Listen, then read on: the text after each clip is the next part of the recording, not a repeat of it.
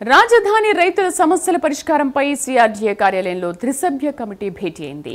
అంశాల వారీగా ఒక్కొక్క సమస్యపై చర్చించిన కమిటీ రాజధానిలో ప్రతి రైతుకు న్యాయం చేస్తామని తెలిపింది. రాజధానిలో జరీబు భూములతో పాటు గ్రామ కంఠాలు, అసైన్డ్ ల్యాండ్లకు సంబంధించి లీగల్ సమస్యలను త్వరితగతిన పరిష్కరిస్తామన్నారు. వెంటనే లబ్ధిదారులకు రిజిస్ట్రేషన్లు చేస్తామంటున్న మంత్రి నారాయణతో మా ప్రతినిధి Srihari face to face. Right, Amaravati రాజధాని రైతుల సమస్యలపైన అయితే సమస్యలు పరిష్కరించేందుకు త్రిసభ్య కమిటీని నియమించారు. దీంట్లో సీఎం చంద్రబాబు ఈరోజు కమిటీతో పాటు రాజధాని రైతులు ఎవరైతే ఉన్నారో రాజధాని రైతులతో పాటు అదేవిధంగా మంత్రులు కేంద్ర మంత్రి పెమ్మసాని చంద్రశేఖర్తో పాటు మంత్రి నారాయణ, అదేవిధంగా తాడికొండ ఎమ్మెల్యే శ్రావణ్ కుమార్ అయితే ఈ సమావేశంలో నిర్వహించారు. ప్రస్తుతం దీనికి సంబంధించి రైతుల సమస్యలను పరిష్కరించేందుకైతే పెద్ద ఎత్తున కూడా చర్యలు చేపట్టినట్టుగా అయితే మనకు అర్థమవుతుంది. ప్రస్తుతం మనతో పురపాలక శాఖ మంత్రి నారాయణ గారు ఉన్నారు. వారిని తెలుసుకుందాం. సార్ చెప్పండి, ఈ సమస్యలకు సంబంధించి రైతులకి ఎలాంటి భరోసా ఇవ్వబోతున్నారు? ఏదైతే అమరావతి రాజధానిలో రైతులు ల్యాండ్ ఇచ్చారనండి 98% రైతులకి ప్లాట్లు అలాట్ చేసి రిజిస్ట్రేషన్ కూడా జరిగింది.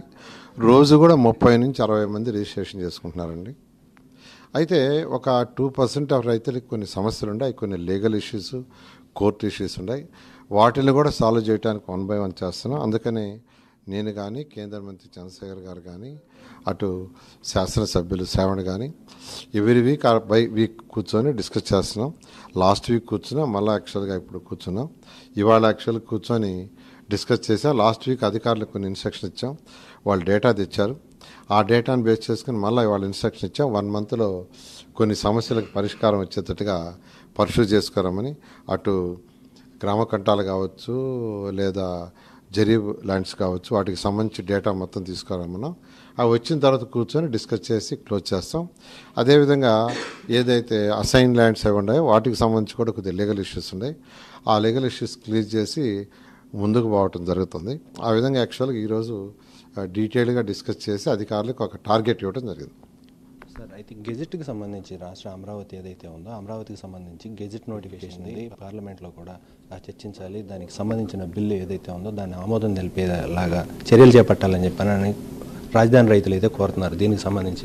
దానికి సంబంధించి యాక్చువల్గా ఆల్రెడీ హోమ్ మినిస్టర్ గారితో, central home minister Amit Shah గారితో ముఖ్యమంత్రి గారు మాట్లాడటం జరిగింది.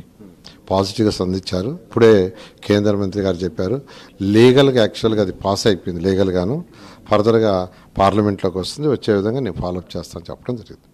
సార్, అయితే ఫైనల్గా రాజధాని రైతులకి అసలు మీరు ఏం చెప్పదలుచుకున్నారు? ఇప్పుడు దాకా జరిగిన ఈ 2 సమావేశాల్లో వాళ్ళు చెప్తున్న పెద్ద సమస్యలు ఏవైతే ఉన్నాయో వాటి మీద మీరు రాజధాని రైతులకి ఏం చెప్పాలనుకుంటున్నారు? ఒకటేనండి, ఇవన్నీ కూడా 3 months to 6 monthsలో లీగల్ ఇష్యూస్ ఒక్కోటి సాల్వ్ చేస్తూ, అటు కోర్టు కేసు ఉండే కోర్టు ఇష్యూలు కానీ అవన్నీ 1 by 1 సాల్వ్ చేస్తూ, ఆ మిగతా 2% రైతుల సమస్యలు ఏముండే అవి కూడా సాల్వ్ చేయడం జరుగుతుంది.